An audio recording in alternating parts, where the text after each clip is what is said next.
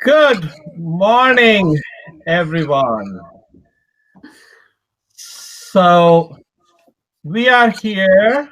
Reverend Norma is here, Katie is here, and myself. And I just want to share with you just a few things about this platform again. So you're looking at the screen now.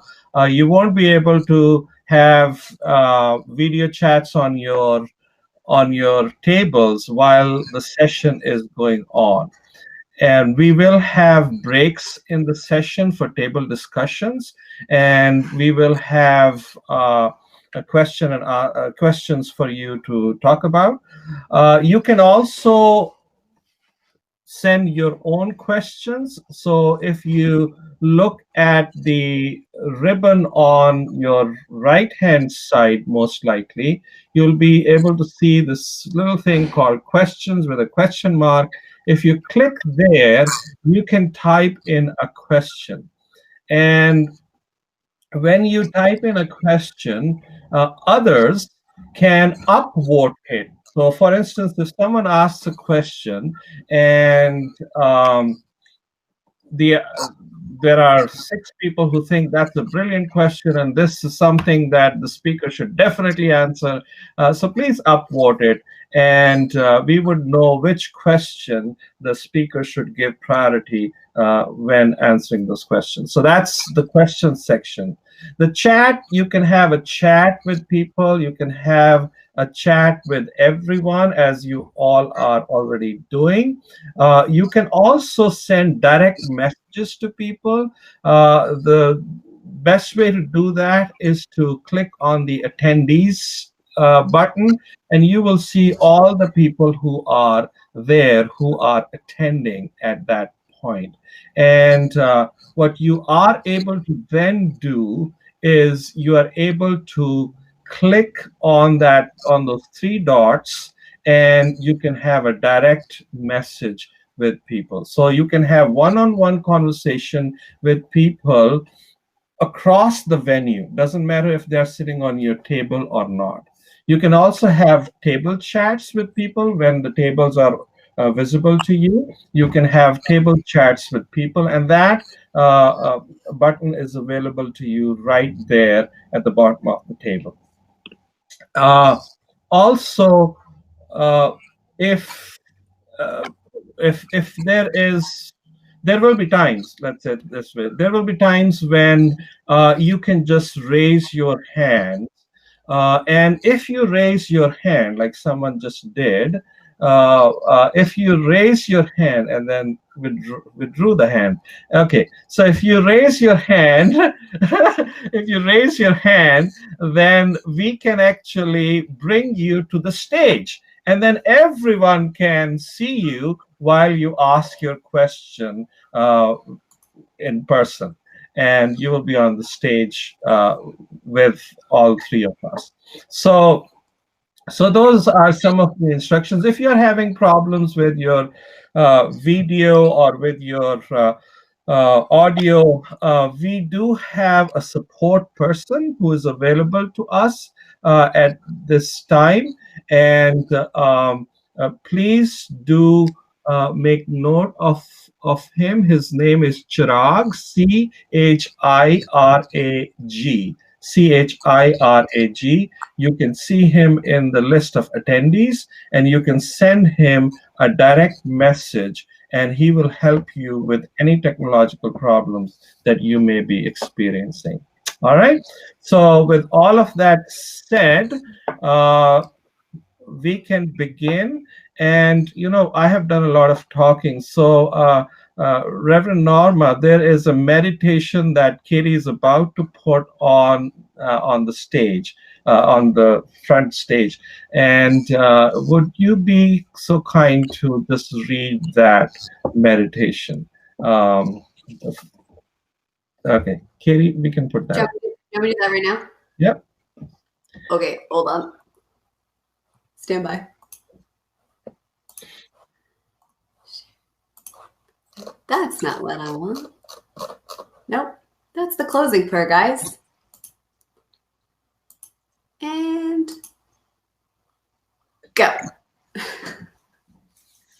From Act 17, the Good News translation. God, who made the world and everything in it, is Lord of heaven and earth, and does not live in temples made by human hands. Nor does he need anything that we can supply by working for him, since it is he himself who gives life and breath and everything else to everyone. From one human being, he created all races of people and made them live throughout the whole earth. He himself fixed beforehand the exact times and the limits of the places where they would live. He did this so that they would look for him and perhaps find him as they felt around for him. Yet God is actually not far from any one of us. As someone has said, in him we live and move and exist. It is, as some of your poets have said, we too are his children. Thank you, Reverend Norma. I wanted to start just briefly introduce myself before I get into our program. Some of you know me and some of you might not. Hello, my name is Caitlin Botsford Tucker. I'm currently a middle school teacher, social studies, and a cross-country coach.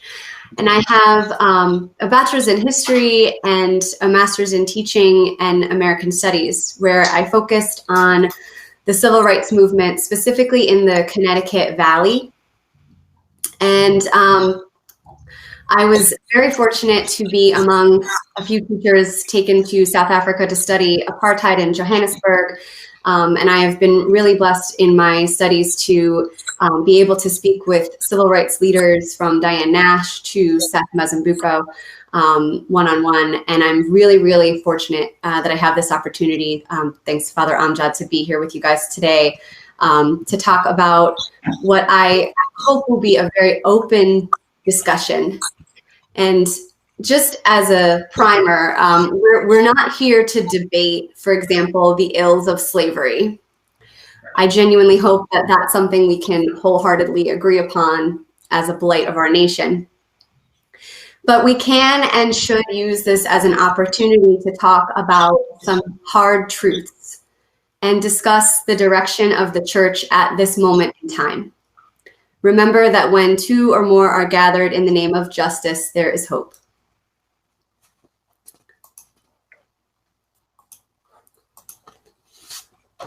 So in 2015, the Episcopal Church adopted the Becoming Beloved community framework to facilitate long-term commitment to racial healing, reconciliation, and justice. Becoming Beloved asks us to consider what institutions and systems are broken, how we will participate in the repair, restoration, and healing of those systems, and how we can engage in public policy advocacy as one means of healing and justice making. Why 2015? The Emmanuel African Methodist Episcopal Church, founded in 1817 in Charleston, South Carolina, became the site of a massacre when on June 17, 2015, 9 people were shot and killed. The victims included South Carolina State Senator Clementa Pinckney, Senior Pastor Cynthia Hurd, and members DePayne Middleton Doctor, Sharonda Coleman Singleton, Susie Jackson, Myra Thompson, Tawanza Sanders, Ethel Lance, and Danielle Simmons.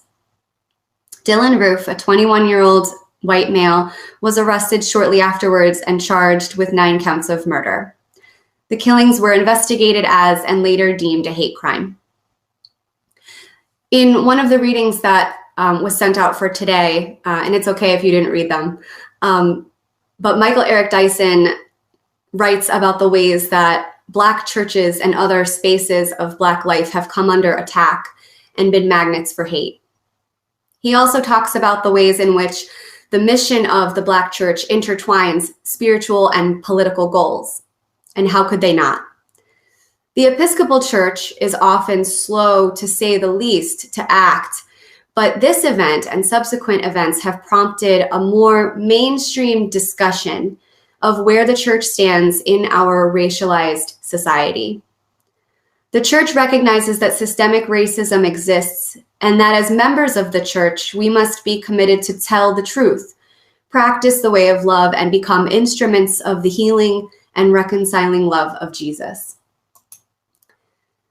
So to take a moment, we're actually going to have a quick breakout where you can discuss, among other things, really, if there are moments in your own congregation's history that you can remember that created a major shift in direction. So this event was clearly a major shift. Are there any that we can think of that had a similar effect?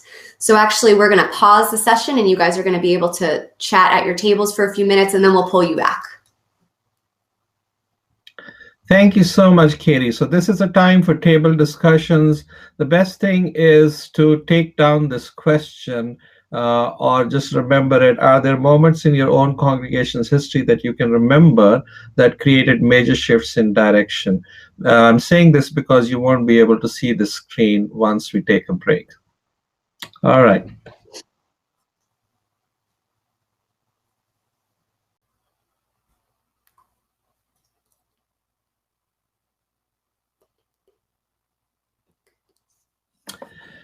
Once again, welcome back.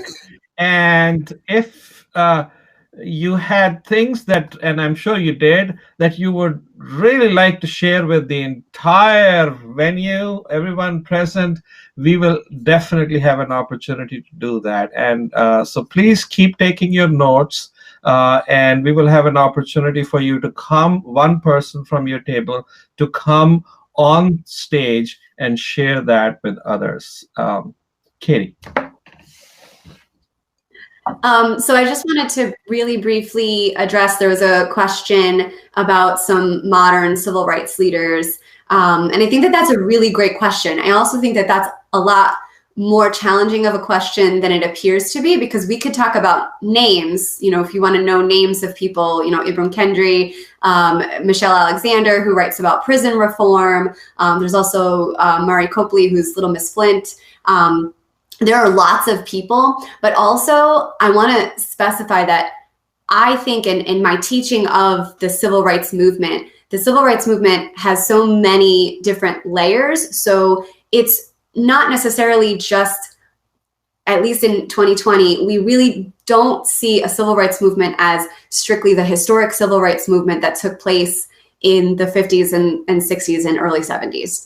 We really have to expand our understanding of what civil rights means, because yes, there are racial issues in this country, right? We're living in a racialized society, but we also have issues with, indigenous peoples and a lack of rights for Asian Americans and disabilities and women, gender, sexuality. So when we talk about the modern civil rights movement, I actually love that it has grown and become so big that to just give you a couple of names of people is a little bit more challenging than you would think. So we are definitely going to talk more about that, and I hope that we can continue this conversation.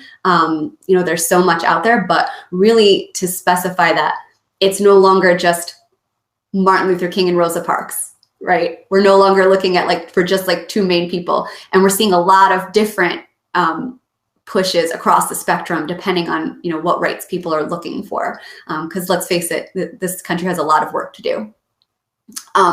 So I'm gonna share a little bit more, bear with me, and talk a little bit about our history, and then talk about some more with the Episcopal Church. So hopefully that was a fruitful discussion. I'm sure that there are a lot of moments that individuals can think of across the board in their own congregations.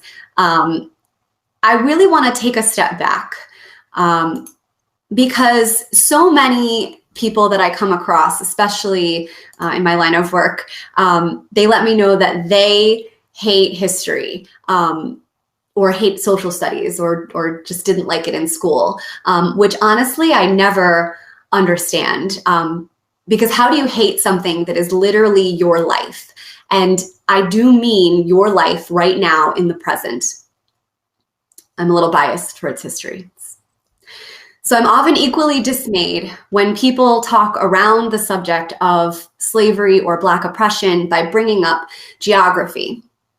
We all know that the vile institution of chattel slavery existed in earnest in the southern region of the United States, but it was not exclusive to the South.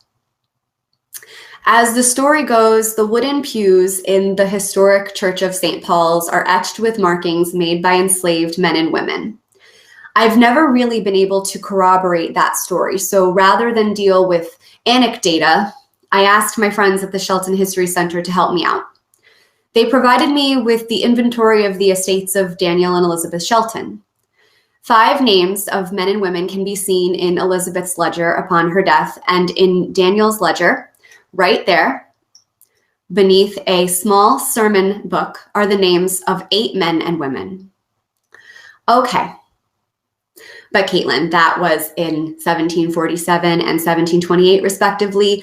How are we responsible for the ills of an unfortunately legal institution nearly 300 years ago? Okay, fair.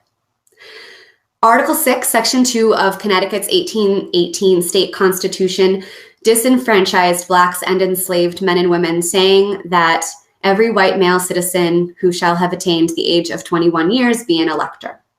This was finally amended in 1876, 28 years after slavery itself was abolished in Connecticut in 1848. Still too far back? Sure, slavery is over and we need to move on. What about more recent history?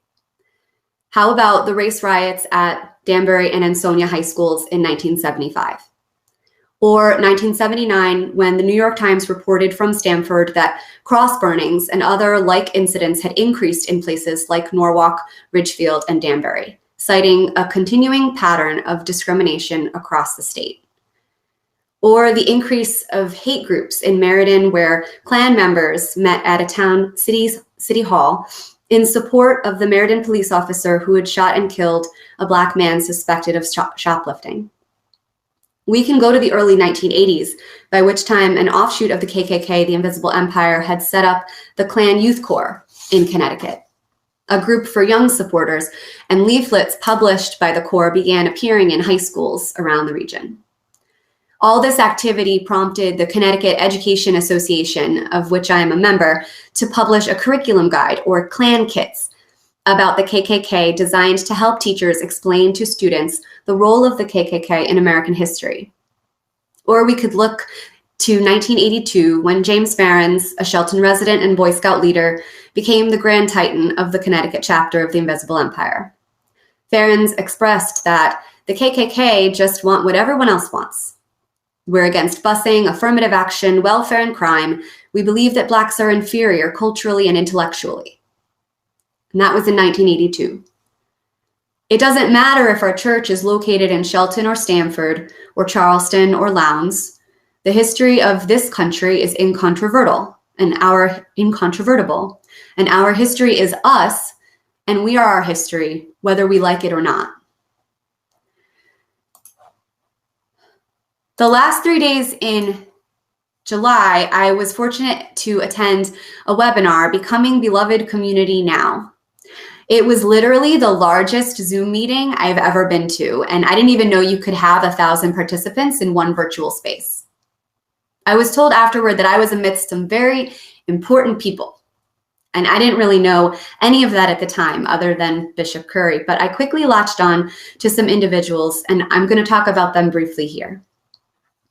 Stephanie Spellers is one of the architects of Becoming Beloved for the Episcopal Church, and she talked about transformative truth-telling, thinking about who was sacrificed along the way for what we, as a nation, needed to succeed.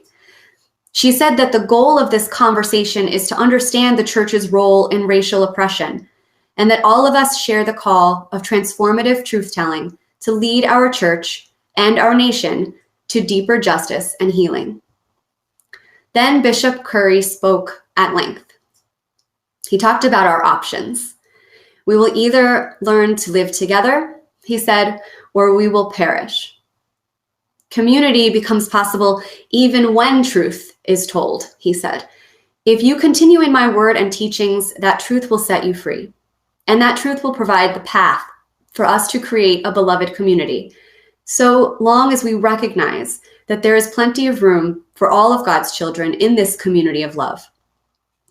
So when we talk about who has been prevented from accessing a beloved community, we're engaging in hard truths. Jesus says that everyone will know that you are my disciples by the love you show to others, and that love is the light of the world. Telling the truth and healing our history is the only way to save our country and our church.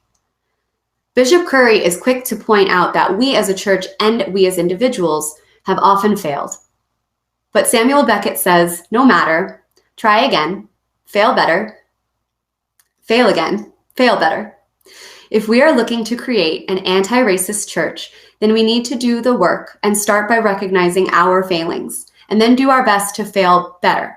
We can learn from our mistakes and make progress through our failings. My favorite speaker of the week was Shaniqua Brokenleg, who reminded us that in our church, all are fed, all are welcome, all are loved. But our congregations don't reflect the diversity of the communities we're in. So we need to ask ourselves why. If we aren't reflecting the kingdom of God, then we are doing something wrong. These men and women made up some of the most important voices in this discussion. But here today, while we raise these voices up, I hope that we do not simply become an echo chamber, and neither should this simply be a thought exercise.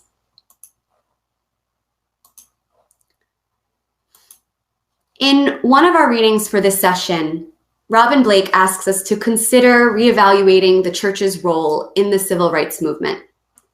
He writes what I think most of us believe, that faith and works go hand in hand. He also writes of intersectionality. This is the way I try to teach my students to think.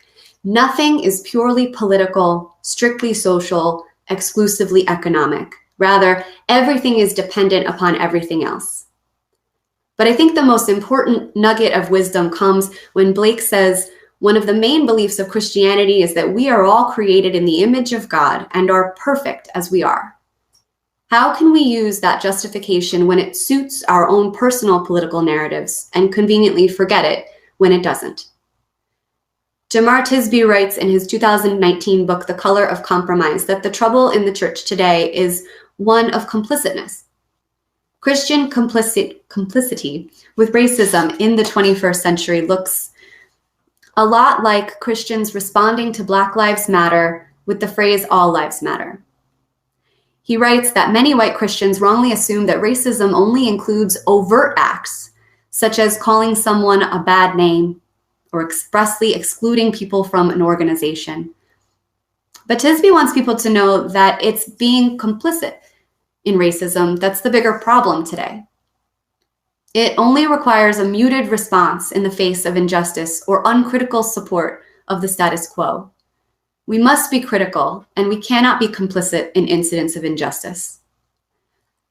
So here is the deal. There are a lot of reasons why people are here today. The murder of George Floyd rocked this country. Breonna Taylor still demands justice. And Black lives do matter. Some of you may have attended a protest or two. Some of you may be so dismayed at the state of our nation, although Ibram Kendi's recent piece in The Atlantic gives us hope that at least now we are recognizing we're living in a racialized society. And admitting that you have a problem is the first step towards recovery, right? Martin Luther King wrote in his letter from Birmingham jail that the great stumbling block towards civil rights was the white moderate. Whites who, for whatever reason, whether it be prudence or patronization, asked Blacks simply to wait for a more convenient season. And this is dangerous territory, because this is quicksand. A few weeks ago, our congregation acknowledged Juneteenth. It may have been the very first time we've done so, or if it wasn't, I don't remember another year that it was. A slideshow of Black figures set to the Black National Anthem played at some point in the service. Sometime between the first streaming and subsequent streamings, a picture of Barack Obama was removed. I don't know what the rationale behind it was. I can surmise that perhaps the visage of the former president was deemed too political. This would not be the first time it's been noted that this church does not play politics. But I wondered who we lost between those streamings, or who we failed, or whose mental skies were clouded that day. Surely seeing the first and only Black president amidst a slideshow of historic Black leaders would be deeply important for any person of color watching.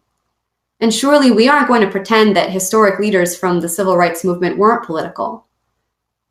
But I think to myself, it must be understood that the video wasn't about the white members of this congregation.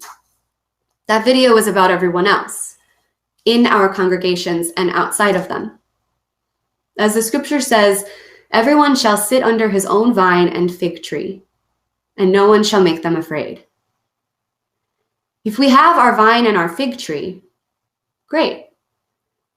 I think it's important, and maybe I'm wrapping my own opinions around this, but we should be mindful about not cutting down our neighbors.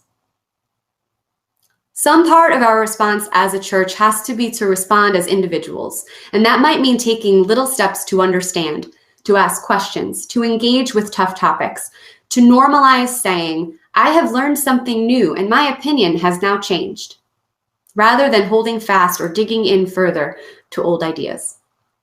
The expectation for us when we leave here is to make a conscious effort to be aware of the world in which we live and to live out our faith in the works we do. When you go to buy or borrow a book, think about making the decision to read something out of your lane or out of your comfort zone. I have a list if you're interested. Or there are about 1 million websites you can search up for diverse books, music, and art. If a conversation becomes uncomfortable for you, listen respectfully for a new point of view. Gosh, we didn't even get to reparations. And I'm sure that the sheer mention of the word is going to have some people ruffled already. But let's keep talking about these hard topics, because that's really the only way we're going to get anywhere. So we are in the process of a justice struggle. Can we as a church offer the liberty to establish a new narrative formed in the image of God's kingdom? What does it look like to live out our faith in this particular time? And what common ground can we leave this space today with? That's probably the most important one for me. So Father Amjad's going to break us out again, and we'll have about 25 minutes to discuss. Thank you so much. So once again, I'm going to request that if possible, if you have paper and pencil, please take this question down. When we are in the process of a justice struggle, can we as a church offer the liberty to establish a new narrative formed in the image of God's kingdom? What does it look like to live out our faith in this particular time? What common ground can we leave this space today with? So, loaded question. I think we can easily spend that 25 minutes. Please do have someone on your table appointed as a person who will report back to the larger group, and we will do that towards the end of our session today. So with that, I'm going to send us off back to our tables.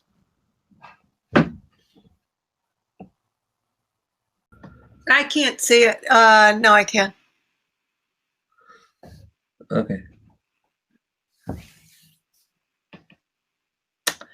So welcome back.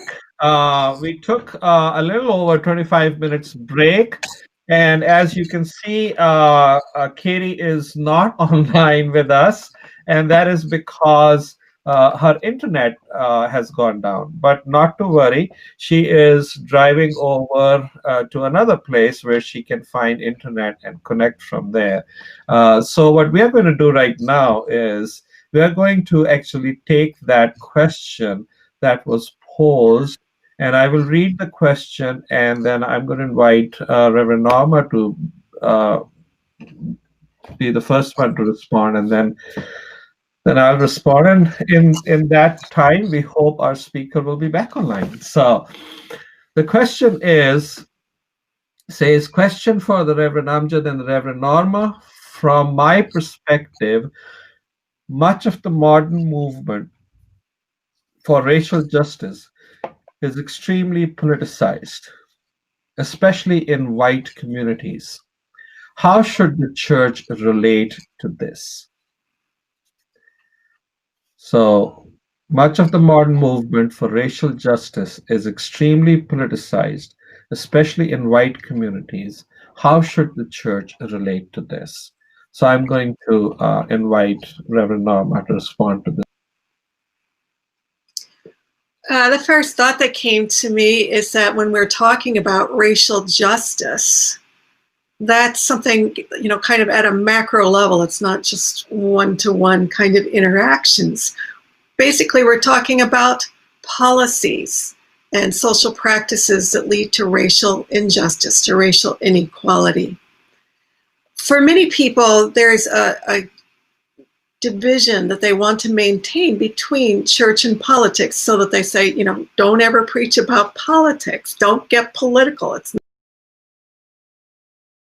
I like what our Bishop Ian says about that. The idea that the church should not get involved in politics really needs to be understood as saying church should not be involved in partisan politics.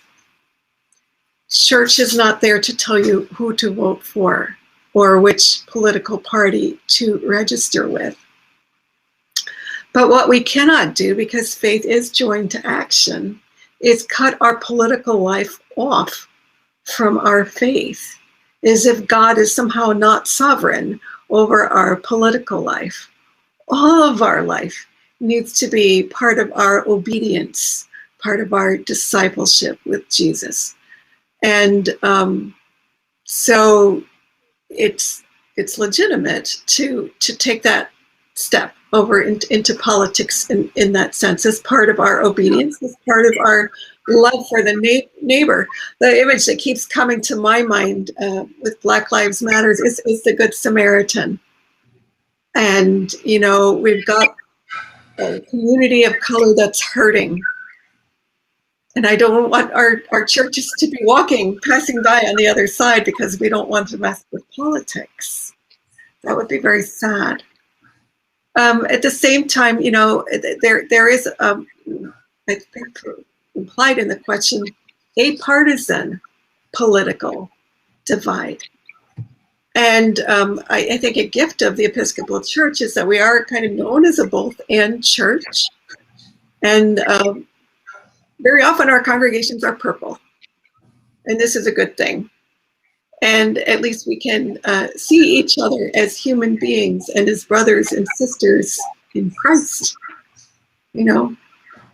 That's a great starting point. But I think, to have conversations around issues that are polarizing is an art. It takes courage on everyone's part to participate in such a conversation. And I think we all need to do what we can to make sure that conversations are safe for people, because nobody wants to be in a conversation where they're afraid of being blamed or shamed.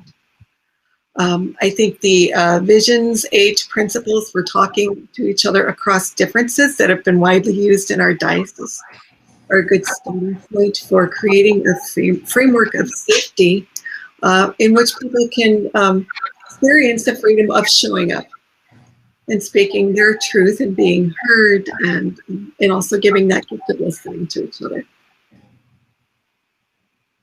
I'm Jane.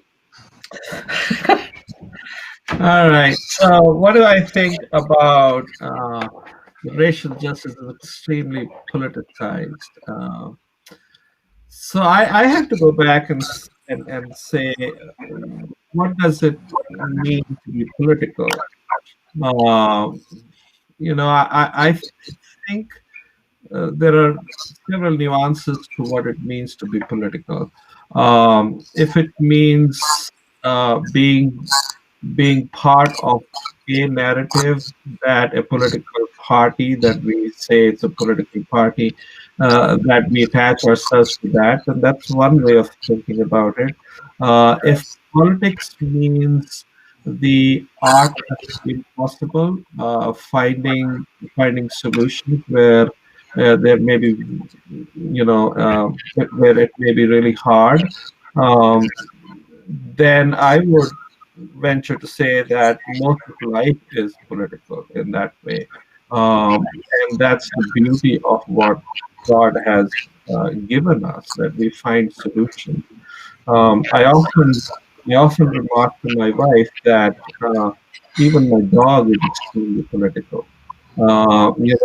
She knows exactly how to get what she wants, and that is the art of figuring out the impossible. How do I get things to resolve in a certain way?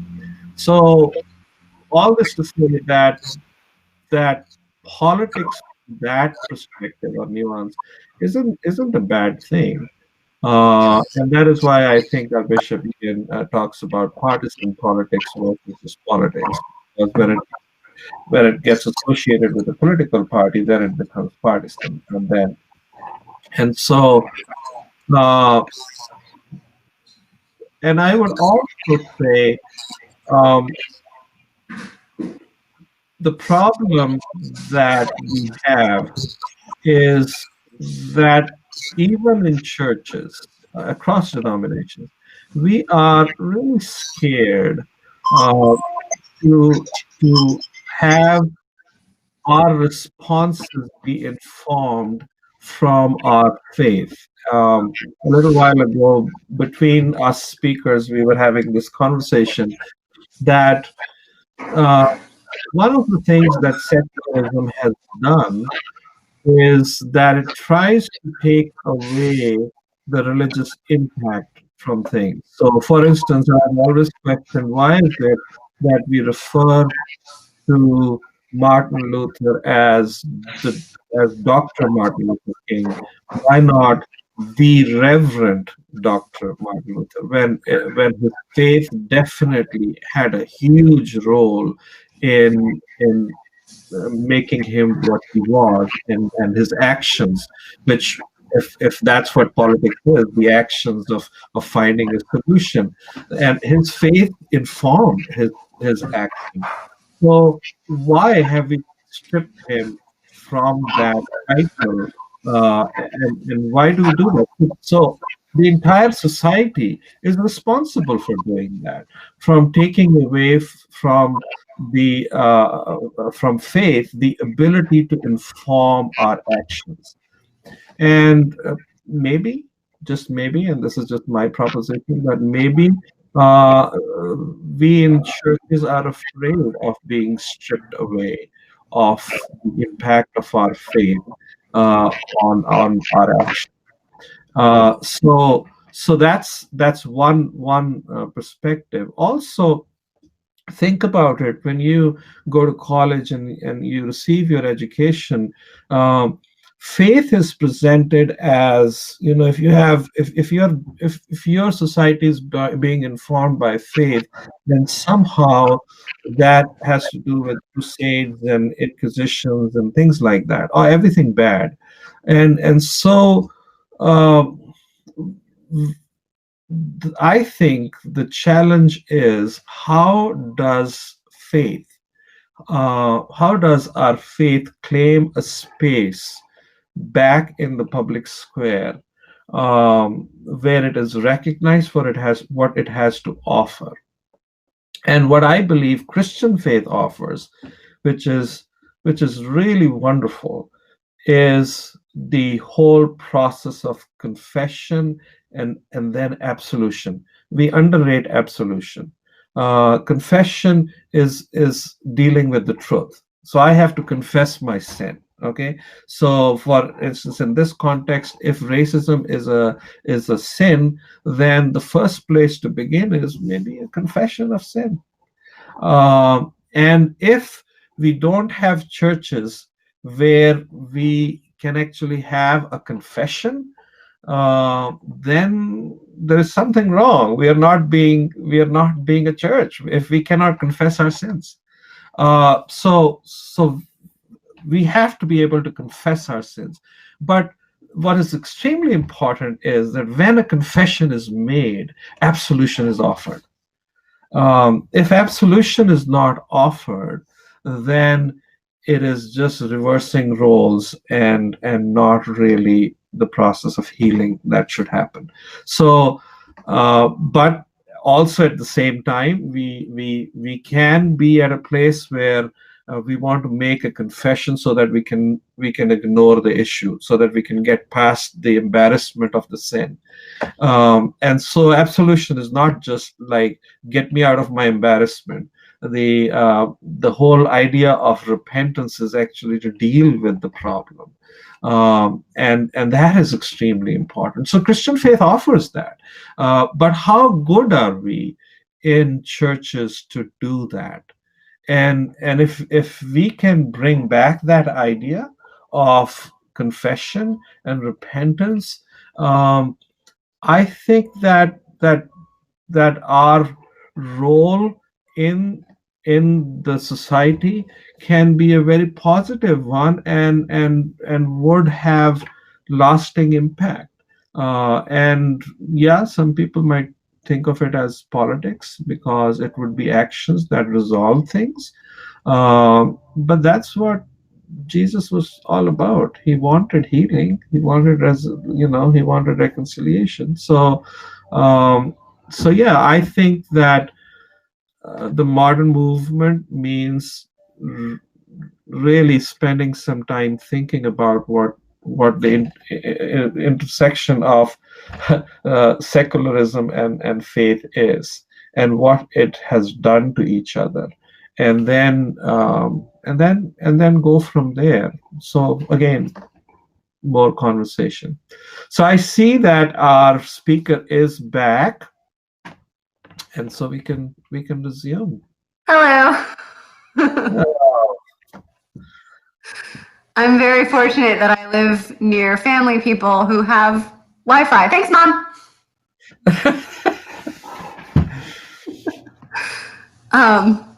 So did you guys cover everything? Are we all good?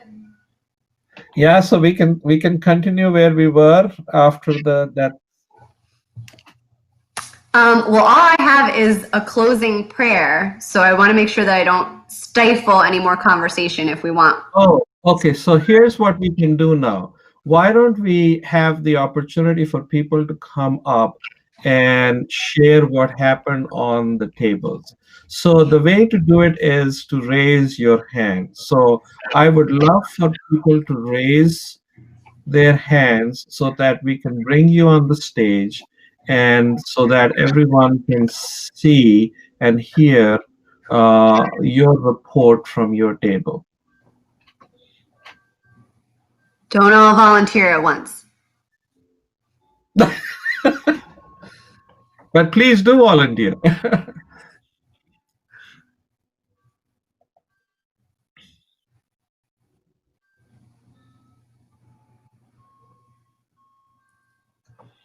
All right, we have one person, and that's Scott. Awesome. Scott, I'm handing you the mic. And there you are. You would need to turn on your microphone and video. I can do that. Awesome.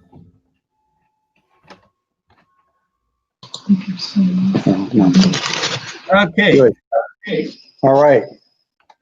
Sandy and I are here. We're in a team with, there's Sandy. We were in a team with Chris Renz and Molly Samuel and Hugh Tucker for a while. And then and I'm sure he'd be back in a minute, and maybe he's already back there. We just don't see him. So we had a good conversation. I'd invite any of those folks to raise their hands if I missed something in this. I'm not sure that this will go in sequence to all the questions, but I think it's the best I could do in taking notes. So as far as what the church should be, if you will, the first question or two of that, we thought that it was important that we create a multicultural community. And the notion came up, at least in the St. Paul's experience, how we've had people that have entered that don't look like me or Sandy. They've been here, but maybe they haven't stuck. So how do we bring them in? How do we get them involved and make them stick, was the word that was used in that way. What can we do to be inclusive in that way?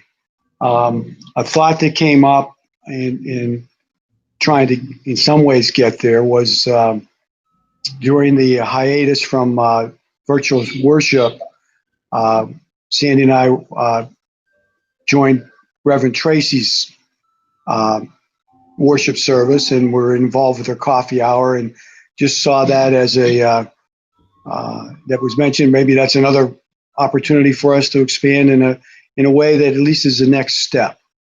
The thing that was noted is that, and it's been alluded to by all of our speakers, is that discussing racial issues and coming to resolution of those is a very challenging thing.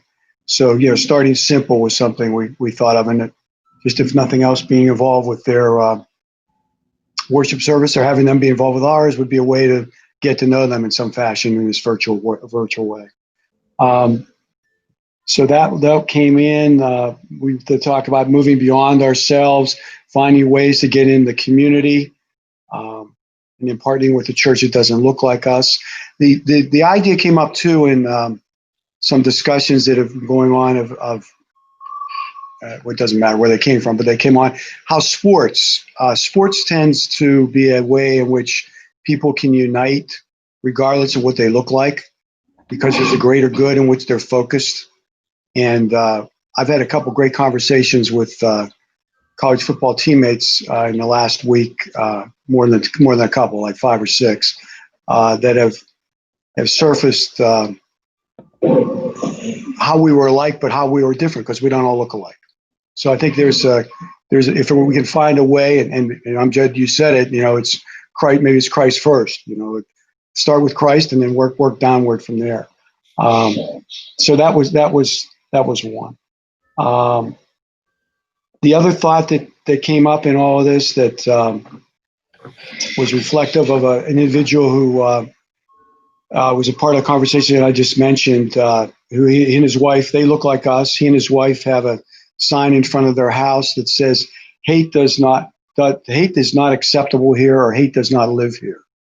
And he's had several conversations. He lives outside of Columbus, Ohio. And he mentioned he's had several conversations with people that don't look like him as a result of that. So even though we live on a cul-de-sac, that sign might say something to people that would drive by. He doesn't live on a cul-de-sac. He is more of a through street. But at least stating out front what you're, where you are in terms of a belief in a faith is important. So people could see that, and again, it could create conversation where it wouldn't otherwise exist. As far as next steps, the worst thing we agreed on is we could do is stop here, continue in any venue we can to find some common bonds, come to know blind spots that we have, and how we can address those, and continue from there. Oh yes, and yeah, that's right. Chris had mentioned how the reaching out to during the Christmas season, where we'd had the number of parishes get together and sing Christmas carols and do the bell choir. Well, there could be a church that doesn't look like us that has some musical talent that could share their talent with us in that type of venue that would be a way for us to get to know them, and would be a way for us to get to know them. in something that we have to share together. That is our faith. Did I miss anything, Sandy? Chris or Molly? I don't know. Yeah, Chris and Molly. If Do you remember anything? they raised their hand, they've got something else to say, so they're welcome to. Awesome. Thank you so much. So I'm going to bring the next person on stage. Thank you, Scott and Sandy, for your report.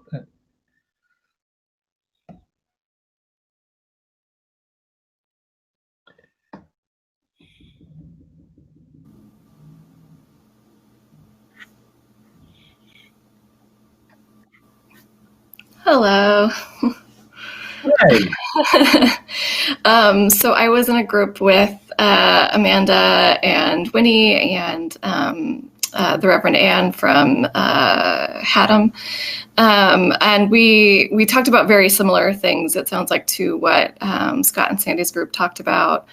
I think maybe some things that we talked about that were a little bit different was about the importance of making ourselves uncomfortable. Because I think we often have this conversation of bringing people into our church and making our church look more diverse, having more representation in our church. And we were kind of discussing like, well, actually, like our church is relatively representative of the local community in Shelton. Could probably be a little bit better, but like it's not hugely inaccurate to the local population. So perhaps there may be opportunities for us as a church to make ourselves a little uncomfortable and to go out to people and to connect with them where they are, including with other churches, like maybe in Bridgeport or somewhere else, and partner with them in things that they're doing or in events that they're having, things that will put us in the position of having to learn and get used to a different culture or way of being. We also discussed, really looking at ourselves and being thoughtful about the ways in which media or the way we've been raised or things that we just accept as being the way it is because most of us are white can affect the way that we view other people, whether because of their class or culture or skin color, and trying to be intentional about the ways that we can combat that. So one example that was brought up was there's a sort of stereotype that we get in media a lot about Black men in particular being criminals. And so trying to take intentional steps to listen to media sources that include more rounded representation of Black men, as an example. So, for instance, maybe following Black Enterprise, which is a magazine that is about Black business, as a way to like see that different kind of representation, and to sort of be intentional about combating that within ourselves. And then we also discussed being willing to make ourselves uncomfortable by having those hard conversations with our friends and our neighbors, and being willing to say something when someone says something that is inappropriate, and not just let it pass. And we didn't get to it, but I think I was one of the things that we wanted to talk about at the end there was how to have that conversation with people in our in-groups, our family and friends, without just exploding it or shutting the conversation down, without and being able to help people see a different point of view, instead of just making them upset. So yeah, that's what we talked about in our group. Thank you. Thank you so much. I'm going to move over to the next person. All right? Oops. What did I do?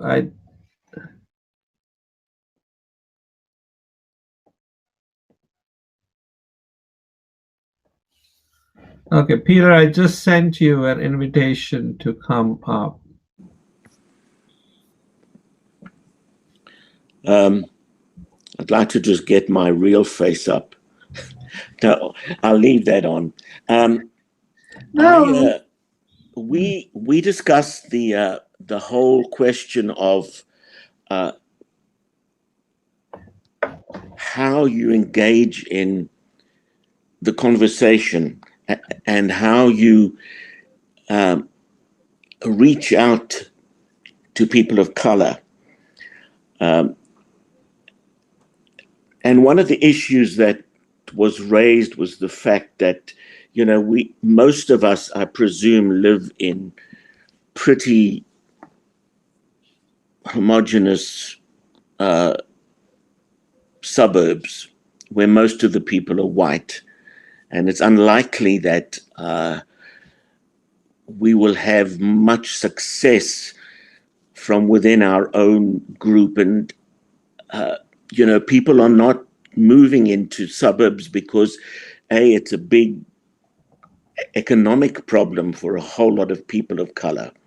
So, and also I think one of the ways to cross a barrier is to invite people of color to a session at the parish in which one is willing to discuss openly these issues. I mean, at the moment we're talking among ourselves, but I would love to have a session similar to this where we listen to people of color, find out how they perceive us, and I think that one of the problems that will arise is that we may not like to hear the hard comments, but we've got to be humble and willing enough, I think, to listen to what might be hard for us to hear. We know about the issues, and I'm not talking for everybody, but we know about the issues that are facing the nation, but we know it's sort of third hand or second hand. How many of us actually have had conversations, meaningful conversations? I haven't, not in recently, I have in the past, about race and heard from Black people. I don't know if anybody else from our table wants to jump in, but that's one of the things that I felt that needs to be done, is to hear from people of color and how they perceive us and what they think the problems are, and what they think the problems, how we individually might be contributing to those problems, even if we have the best of intentions. Okay, I'm done. Peter, might I add that you are originally from South Africa? Yes, I am. Yes, yeah. Yes. Yeah. 42 years under apartheid. Yeah. And it was a great struggle, personally, to deal with this issue when the society and the government was throwing propaganda at you that was vicious and was a real personal struggle. Thank you. Thank you, Peter. Thank you. So I'm going to invite Sam Crummins to come also. Can you hear me? Yes. Cool. So I was in a group with Dave, Heather, and Donna. So I'm going to summarize some things that we came up with. One is, first of all, I just want to say thank you for emphasizing the whole notion of confession and absolution, right? Because let's be honest, we were like four white people talking about race in a mostly white church, right? It's like, oh, that's great. That's sad and tragic, and it's important to lament and confess and to be humbled and to then be okay with kenosis, being okay with giving up power, which is easy to say and very, very hard for me to do. We also, have families, right? Like, I have 4 boys. We're struggling just with surviving not surviving, right? That's a bad word. But functioning as white suburban people with our families and taking them to school and pandemic and, doing all the things that just take our mental energy. So part of what came out of that conversation was the call for leadership, right? And how important leadership is. So thank you for like taking the lead here. And it's really important to have the importance of good leadership and trusting in good leadership, which is hard, right? Because we want to make sure that we are giving enough mental energy to follow good leaders and to call leaders who stray to account while still balancing, all the other things that get into life. And the other thing that came up is one of the reasons that we chose St. Paul's was our family was because it was orthodox, right? That it's a church that believes that Jesus Christ, that the God is triune. Jesus Christ is fully God, fully man. Jesus died and physically rose from the grave and will physically come again, right? And there's been and I mention that because there's been a divide over the past 100 years between those who tend to care about social issues and those who are orthodox. I'm simplifying a whole lot of history here, right? So, but the value and that divide shouldn't be, because the same God who rose Jesus from the dead, the same Spirit who built the church, should be the same one that pushes us and leads us and builds a new community, right? That it's really to divide the social gospel from the individual gospel is what's the theological term? Garbage, right? And so it's a prayer for that the Spirit will just move, challenge, and do its work and lead, and how much we need the Spirit here. Because of, Peter pointed out a lot of huge challenges. Mostly white people, mostly white church. I live in Newtown, which is super white, right? It's a challenge that we just need the Spirit of the living God for. So. Thank you, Sam. And I'm also now going to invite the Reverend Anne to come on the stage, and let's see if I can do it now.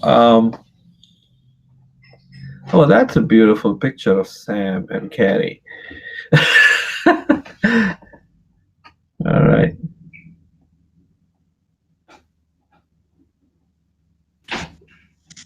Is that all right? Can you hear me? Yeah. Is it possible to turn the camera on? Okay, so, oh, yes. Hold on. There I am. Hello, everyone. Oh. I have so enjoyed the conversation today. Thank you so much. So did you want me to talk about? Yeah, let's hear from you. You have done some work with exactly what we were emphasizing about space where there can be people who can make confessions and find absolution and have reconciliation. So that's your work. So. Okay. So I've been working in prisons for 15 years now, some in Massachusetts where I'm from, and the last 4 years here in Connecticut. Although right now COVID prevents me from doing the work that really feeds me, I love the opportunity to talk about this. So thank you for inviting me. I facilitate a program called Houses of Healing, and it was written specifically for inmates. I've worked mostly with men because of my geographics. Wherever I've lived, it's been mostly prisons, male prisons. So this program, what it really does is it helps a person to develop emotional literacy. So when you have a family whose parents, grandparents, aunts, uncles, cousins have all done time in prison, who are in poverty, and most 90% of the folks that I've worked with are people of color who live in poverty. And what happens a lot of the time is that they do not have the capacity to speak about their emotions. They become sort of deadened. And so what this program does is it tries to facilitate that again in their lives. So it's a 12-week session. I go in with another person that helps to co-facilitate. And there is a workbook and a video for each week. It's 12 weeks, but I usually do about 16 weeks because when we get to the part of the inner childhood wounding, it takes a little extra time. And so we get on this journey. How did you get from being a beautiful toddler to prison? What was that long journey? And most of the time, they have no idea. I mean, they have no idea how they got to where they are. So what we do is we peel back the onion of their lives, and we really get to the why of it. And we start with a core self. Everyone has a core self. And it's a lovely, beautiful, brilliant self made by God, created by God. And this is not faith-based.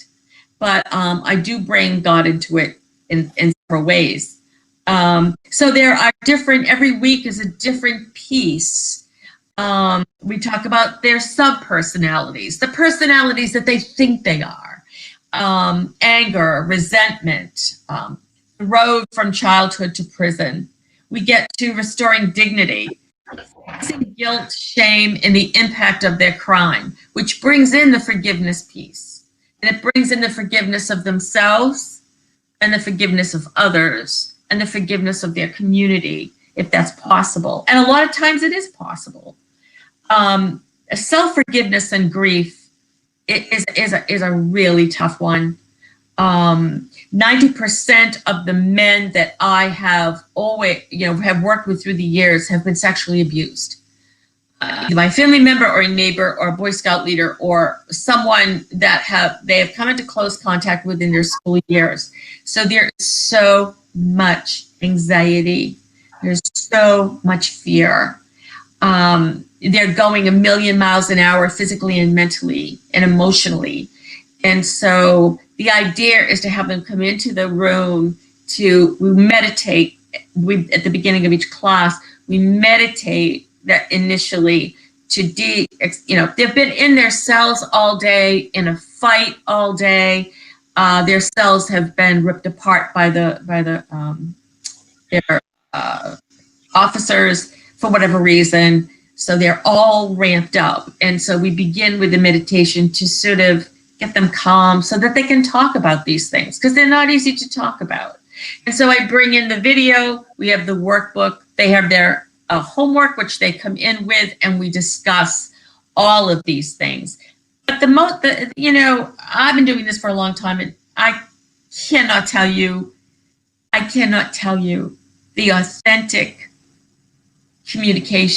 conversations that I've had with people. It's just an amazing part of my life. They have formed me. I mean, I'm facilitating something, but I'm getting more back than they're probably ever getting. I once had a 45-year-old guy come up to me and say, my father came to see me the other day, and for the first time in my life, we had a conversation. For the first time in my life, we had an authentic conversation.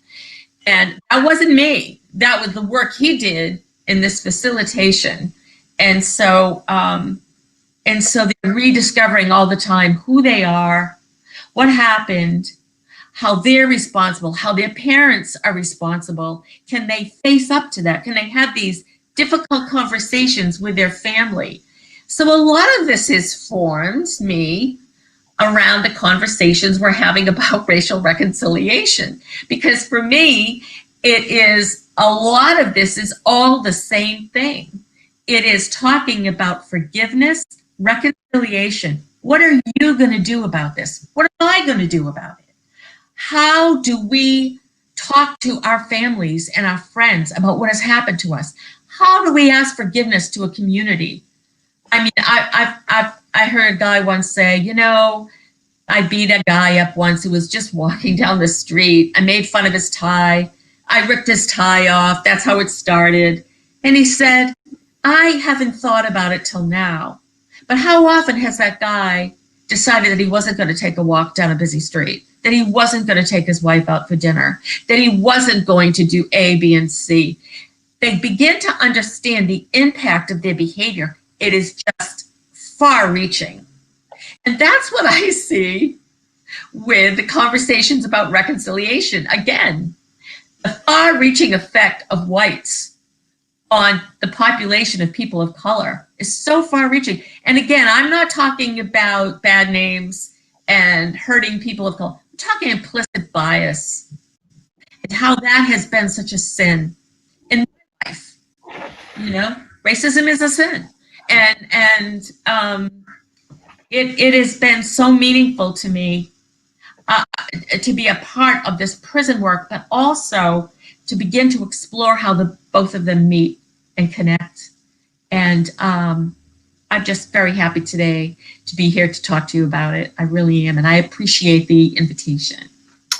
Thank you so much, Reverend Ann, for being with us and sharing your work. Maybe we can have a conversation about how this specifically applies. You know, looking at developing mechanisms of reconciliation, kind of your work on racial reconciliation. That would be an interesting session as well. Yes. So maybe that would be our next way forward. I don't know. We can think about it. I would like, first of all, I want to thank each and every one of you for being here, for opening yourselves to this conversation. I think just the fact that I see at one point there were 27 people, or not people, connections, because sometimes on the other end there were more than 2 people. And so we probably had at least 30, if not more, or 40 people here today. And that is absolutely wonderful. And I want to thank each and every one of you for being at those tables, for having those conversations. And I want to thank Katie today for, she said, I don't intend to leave this with more friends. And I think you proved yourself wrong. I think you left you're going to leave with more friends. So thank you for leading this important and difficult conversation so well, so beautifully done. So thank you so much, Katie. And I want to thank Reverend Norma, whom I often say I never knew anything about her till that one phone call. And here we are. Next thing we know, we are doing church together. And it's just a God thing. And I really want to thank God for you, for bringing us together and putting us together. And so thank you for your presence today and your really wise counsel on things and the way you look at things. So thank you so much for that. I want to leave today with, I believe that faith, and I think that's what probably some of those questions were saying. I believe that faith is a wonderful thing, but it can also be sort of an idea that we as preachers and observers of faith can turn it into some kind of a really nice academic exercise, and it doesn't then come home. And so I want to leave you with a little story of my own, and hopefully make an appeal to you as to the importance of why this conversation is so important. So in 1995, I graduated from Duke with a master's in theological studies. Um, and when at Duke, uh, I lived in Durham, and I lived in, because I didn't have money, so I lived in a part of town that was right on the edge of black and white. So I was right in the middle. And I think right after that, it was, the black neighborhood started. And we didn't have washer and dryer in our apartment, so I used to take my laundry to the laundromat, and it was there where I used to interact with a lot of African Americans. Uh, and obviously, the culture between the laundromat and the hallways of Duke University were very different. Right? It was like two worlds. But within Duke University, within the Divinity School, 1995, within the Divinity School, in the student lounge, there was a section where the African American students sat, and there was a section where the white folks sat. These are people who were being trained for ordained ministry in different denominations, not just, primarily it was a Methodist school, so Methodists, but also Lutherans and Episcopalians and others, Presbyterians. This was 1995. I keep saying that because it wasn't 60s, it wasn't 50s, it was 1995. This was right in Divinity School. And one of the people there who sat on the African American side was Pastor Michael Walron. And some of you know that I invited him to be the speaker for our diocesan mission conference this year. And he has proven to be a really dynamic pastor, leads a 10,000 people plus parish a congregation on a Sunday morning. An amazing guy. And he was one of those who sat on the African American side. And I, being the person who did not fit in either. And so I was like, okay, where do I sit? Where do I go? And for a while, I didn't know where to. And there was a small little pocket of Korean people also, because there were like 4 or 5 Koreans who sat together, usually for lunch. Okay. And then it was Durham, it was North Carolina, it was, you can say it was the South, but just that city. A really good friend of mine that you heard today, who preached the sermon today, she was like, I used to call her jokingly mom. And so she was a very good friend. And we used to spend a lot of time together. And sometimes, we would go to eat, to shop, and things like that. And the fact that I was not white was very, very, very apparent, because there were times, and this is 1990s, early 1990s, where I would ask for something that would be sitting in a cabinet right in front, and I would say I would like to have that, and the shopkeeper, store person would say, we don't have that. And I would say, no, that thing right there, one that I can see, that is what I want. And they would say no. And then I would go out and ask Sarah to come in, and she would go to the same store and ask for the same thing that I needed, and she would buy it for me. And it came to a point in my life, there were many other reasons, but one of the reasons in my decision to leave this country and go back to Pakistan, where I was also a minority, was that I couldn't take racism anymore. I just could not handle it anymore. It was just too much, because it denied me my personhood. And I have to say that just stop and think about what that means. Uh, just think about it. Because I used to say at that time, in Pakistan, my difference is a choice. I'm a Christian and that's why I'm a minority.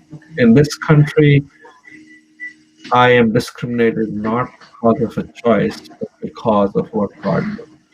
And that's fair. I can stand up for my faith. That's my choice to take the brunt of the discrimination because of my choice. But to have to deal with that when it's not my choice is a different thing altogether. And so things have changed in the last 25 years. I have to say that. But I would also fast forward and say, when I first went through the ordination process here, I had to go through some diversity training. And they said at the end, "Oh, why don't you join us? The diocese would be really glad to have you be a part of this." And I said, "No, thank you." So then I went to Ohio Diocese. And the first thing that people there said, the clergy people from having things to do with the diocesan structure, came over and said, why don't you join the Racial Reconciliation Commission for the diocese? And I said, one of those people I knew very well, and I said, is that all what you can see in me? That is all what you can see in me, my color? And then I come back to Connecticut, same thing. That's all what you can see. And this is, I'm talking about 2014. And then somehow I became the convener for the Companions in Mission Ministry Network, which is for the whole diocese. And one thing that I really observed there was that as soon as I became the convener and we started having those conferences, all of a sudden the population that came to attend those conferences became less white.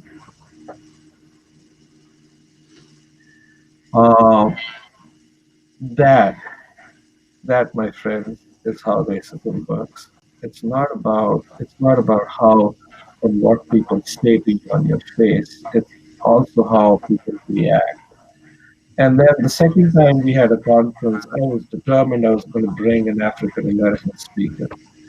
And I thank a few people who made that connection for me. And I found my old classmate, Michael Baldwin, coming in. And the point I'm making is that it's in very small decisions, conscious and sometimes unconscious, that racism works.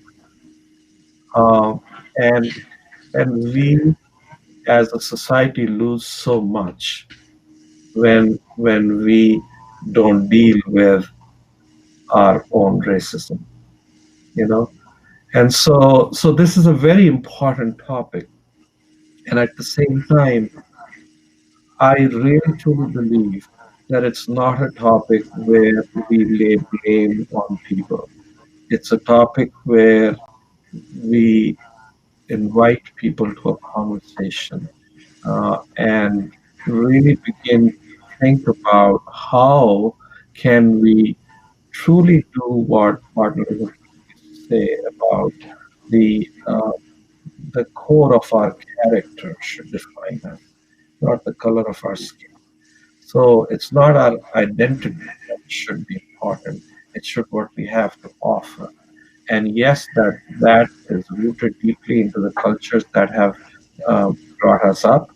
And so then again, we go into that whole debate. But I want to leave us today for us to think about that. Think about how racism is impacting all of our society. So thank you very much for being here. Thank you, all speakers and participants. And let's keep this conversation going.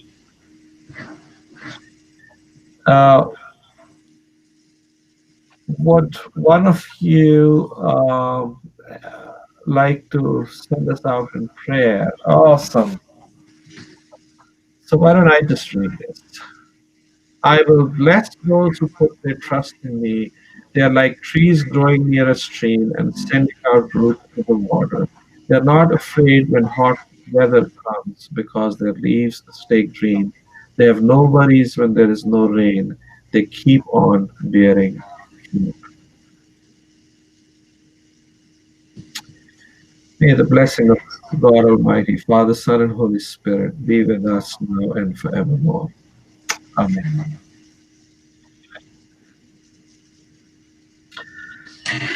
Now we're going to end this session, but the venue is still open. You can hang out for as long as you want and network with people. So God be with you. Bye. Bye-bye.